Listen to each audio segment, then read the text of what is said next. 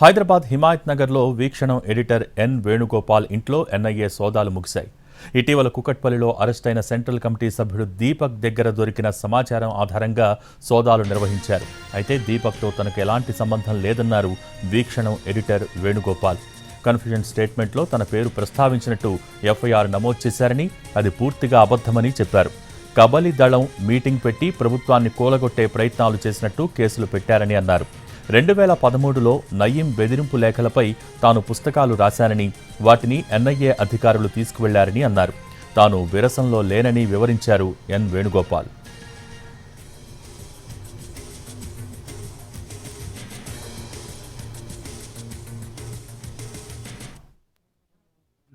పైన అంత సెర్చ్ చేశారు, ఏమీ వాళ్ళకి ఏమీ దొరకలేదు.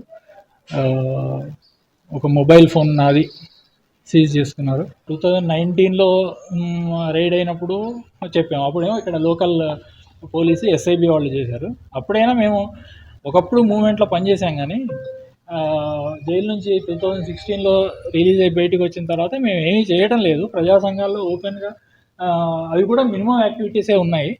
దాని గురించి ఎందుకు చేస్తున్నారు అని అప్పుడు అడిగాము.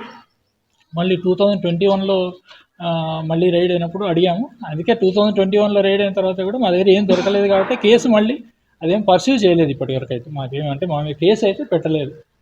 రైడ్ చేశారు కానీ ఆ కేసు ఇది కూడా ఏమీ ఆధారాలు లేవు కాబట్టి ఈ కేసు మా మీద అంటే ఎన్ఐఏ ప్రాపర్గా నిజంగా నిజాయితీతో ఇన్వెస్టిగేట్ చేస్తే మా మీద ఈ కేసు ఉండడానికి ఏం అవకాశం లేదు.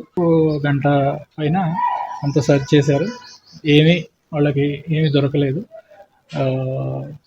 ఒక మొబైల్ ఫోన్ నాది